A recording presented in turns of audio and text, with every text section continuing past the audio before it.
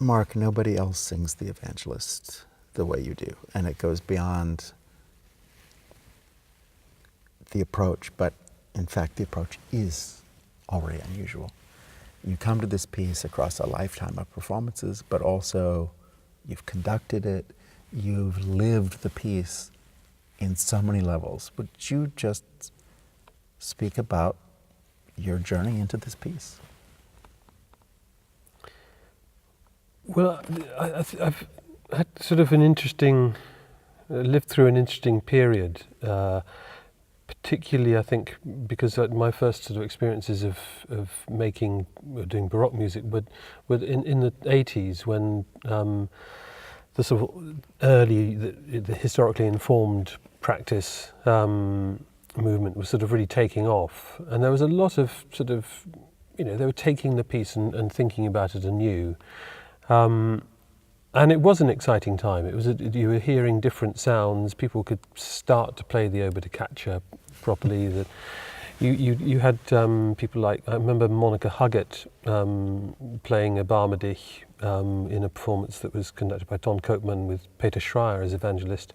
I was singing in the chorus, and really for the first time realizing what a Barmedich could do.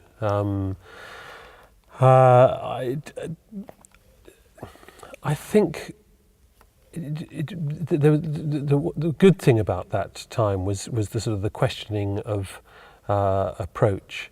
It has unfortunately sort of hardened us slightly into an orthodoxy, as these things tend to, and so I think what I've encouraged by you, but what I really sort of want to do myself is to keep the questions going, to never let it sort of settle into something that we just accept as, oh, the Matthew Passion, and it's a great piece, and we can listen to it in sort of peace and tranquility. It's a piece that needs to disturb us, and if it doesn't do that, when we're doing it wrong, the idea that you can sort of sit in an audience and just sort of allow the music to wash over you and think it's gorgeous is again, it's not what it should be. It is telling a terrible story, and a story that we need to ask the audience to respond to, and to have a direct relationship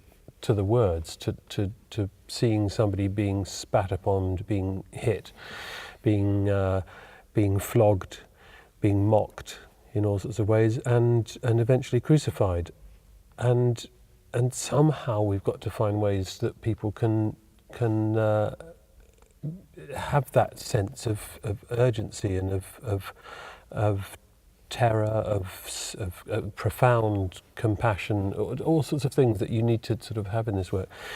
And I do think that concert performances of this great music often, lack that element. But I think essentially what your question, I do try and do the story, to tell the story as honestly and as sort of unegotistically as I can. One of the problems with singing is often it's sort of focused on the voice or the personality of the singer or something, and as much as I possibly can, I try to get out of the way from that, to allow people to join up the various episodes of this story and make sense of it. And I think to me, these performances, the performances we did 3 years ago, and then this run of performances again in the Philharmoniker, have something that is I've never experienced before, of challenging the audience in a very, very direct way to engage with it and to say yes, whether I believe this is how it happened or not, that this story tells the truth, tells an essential truth that we need to respond to. I think one of the things we've been trying to work on, and that you do just so beautifully, is offer love to Judas. Would you just talk about that, because it's incredible where you reach to find that. Well, I think it is a great challenge. Of course, Judas has been portrayed as the scapegoat, and all of the terrible associations with that. In many ways, he has been blamed. He's been accused. He's been a reason for anti-Semitism. It is a terrible history, and one that I think we do have to address. We can't just sort of blithely just paint the picture of some criminal who we don't care about. I think that's so not what Bach does, throughout the whole piece. And of course, one of the big moments is the Judas kiss, and in this performance, it really, we try to give it its significance, a space and a length of time that it takes, and it becomes something that is not just given, but it's sort of reciprocated. That Judas comes to give a sign of betrayal, and Jesus turns it round to give a sign of love. And I think that the uncomfortable nature of that, the fact that it disturbs and makes the audience feel a bit on edge, is a measure of it being taken seriously and thought about. And I think that we need these moments to reassess our stereotypes of characters, particularly in a story that we know so well, or think we know so well. Likewise with Peter, it's important for us to sort of challenge a certain sort of pomposity or self-satisfied self-satisfaction in his character, that he thinks he knows how it should all be. His heart is pierced. Bach does it for you when he doesn't live up to his own sort of assessment of what he should be. And what's very interesting in the John Passion is that at the moment in the John Gospel where John the Evangelist leaves the story, he just says the cock crew. Bach can't leave it there. He has to import some verses from the Matthew Gospel to take it on to Peter thinking about the words that Jesus spoke and weeping bitterly, and gives him that incredible melisma that Bach writes at that point.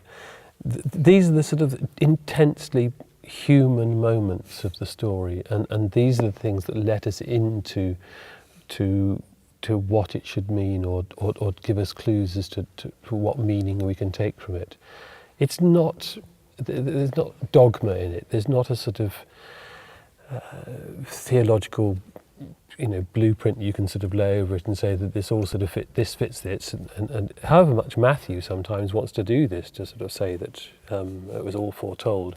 The important bit about it is that we as humans, whatever our beliefs, whatever our religion might be, can go to this story and go to this telling of this story and see that it is a story about human beings, and it's a story for each one of us, and in all different moments of our lives. And I think the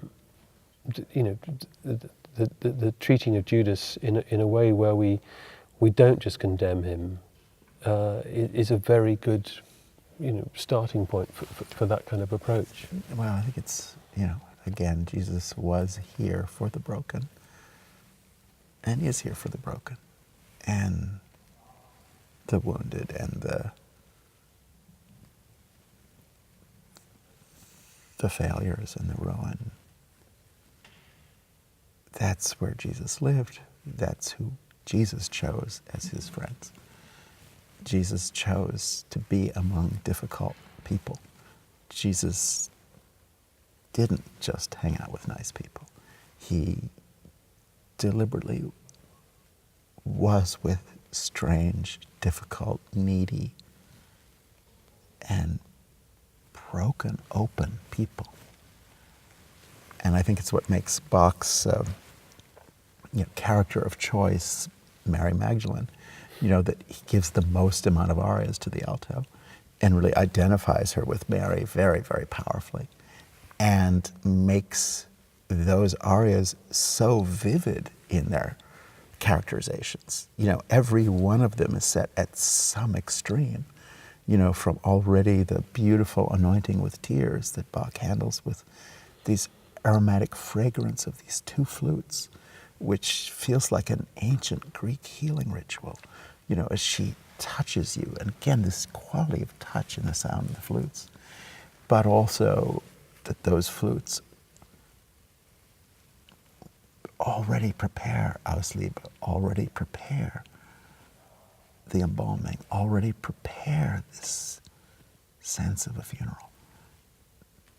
That Bach is already taking you there in the incredible sound he's putting with Mary Magdalene of a woman careening from these extremes, and I think probably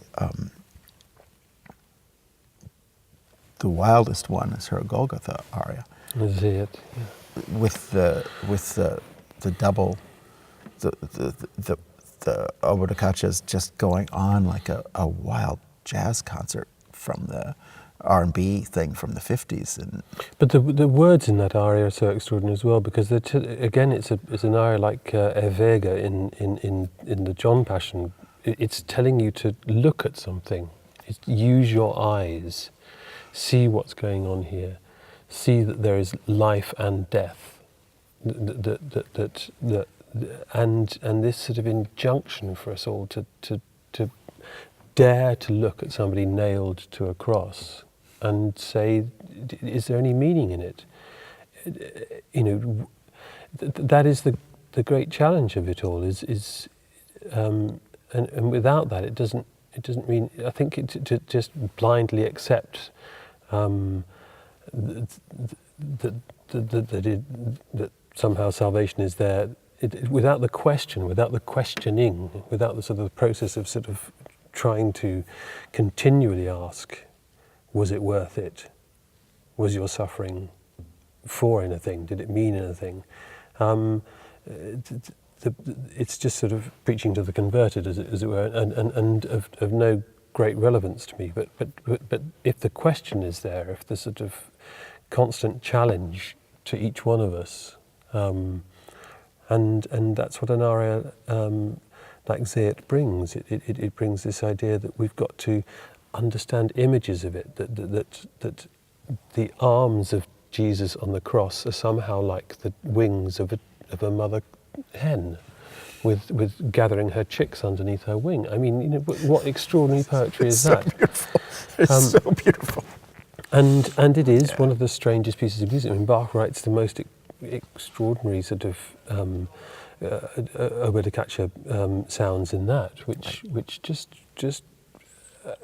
to his audience he must have sounded mad, but that's so great. And at that point in the story, that it's a sort of it's a sweet, charming, almost funny image for the most terrible picture.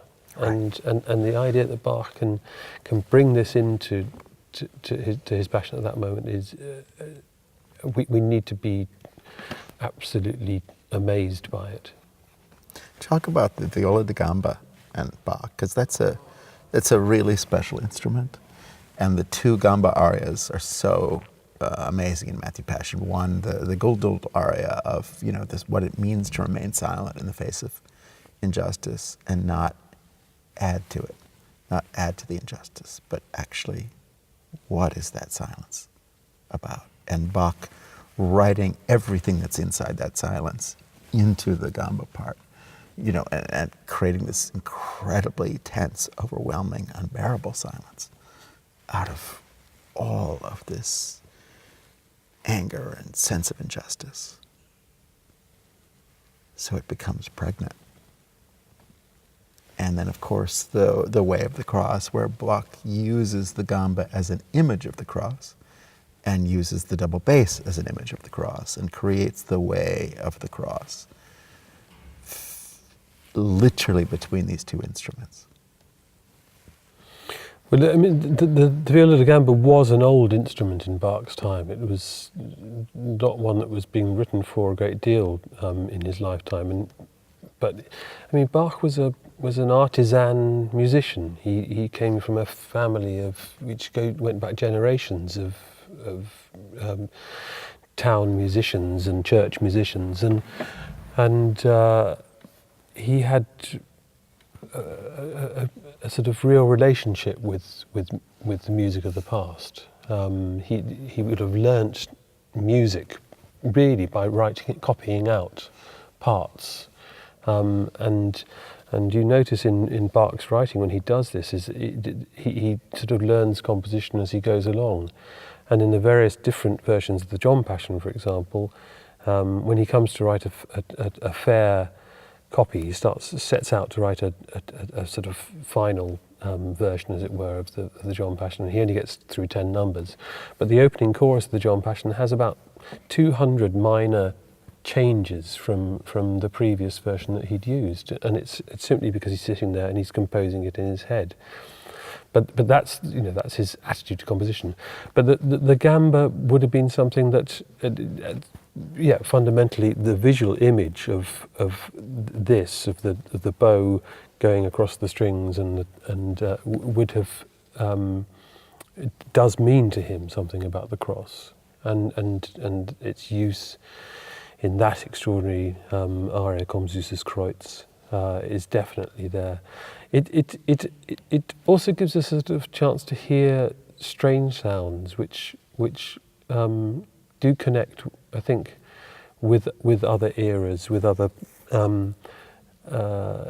It takes us away from the immediate sound world and sort of disturbs things. And I think this sense of disruption is something that the best performances of the Matthew Passion can contain. Is you sort of, however well you know it, you should not sort of know what's coming next until it hits you. And I think that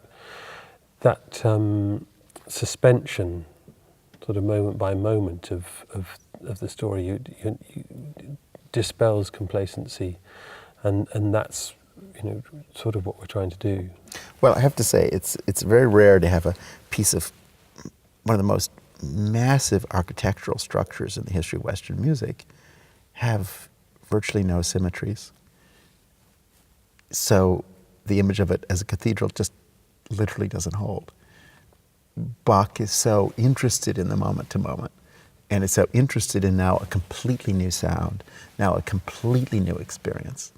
And these interpolations are extremely radical. When he is interpolating an aria or a chorus into the, it's always the most radical new sound world. And again, not just from an avant-garde, urge, but to genuinely say, we don't know this story, please look again. What does it take to experience these things? What does it take to, first of all, connect to someone else's experience so that you stop just weeping for yourself and you're weeping for someone else? And it's not self-pity anymore, but you're actually rising beyond your own self-pity. And all through the piece, there's weeping and weeping and weeping and weeping. And usually our tears are just pretty self-absorbed. And poor me. And how do we lift and cleanse the weeping and arrive at the tears of repentance, which don't pollute the soul, but which wash it? And when are those tears not selfish, but actually liberating and the sign that you can start over? And that you're prepared to be honest. that sense of the way the tears flow through the whole piece. And Bach creates every jagged musical structure to throw everyone emotionally, into some, surprising, unexpected state. And you really are not able to go through the piece calmly, because the piece itself is such a shocking series of unexpected events. But the tears definitely become an offering. I mean, even from the opening, where in the Matthew Gospel you don't actually get Mary Magdalene washing Christ's feet with tears, but somehow Bach brings that into his understanding of it. So the anointing of Jesus' body contains all of this, and tears absolutely sort of appear at that moment. Also, I mean, that seems to be very related to the Können Tränen aria, where the whipped body of Jesus, he's been scourged by Pilate on the orders of Pilate, and we have this image of the wounds provoking these tears, which then turn into a sort of sacrificial offering, and it all has this sort of the ability to transform, to transcend, the earthly nature of things, and mean something further, deeper. But it's provoking us, each one of us, whatever our religious response or standpoint might be, but to sort of see how that works, how the actual work of it, that we can't just live in complacency and sort of think that it's, we can look forward to our next holiday or our next cappuccino or whatever it is. It's somehow, we're looking to the moments like this where it explains a little bit more than that. Well, in the age of Starbucks, what is the cup you're refusing to drink? I mean, what is the cup we're pushing away? What is the thing we say, I don't want to do that? And of course, it's waiting for us. That's a pretty important reason to tell a story. I hope in these performances, and one of the things I can't tell you I'm so grateful for, is exactly because we don't want people to take this officially as an official story, but personally as a personal story. For me, it's beautiful to be led through this story by somebody who is taking it so personally. Thank you, Peter.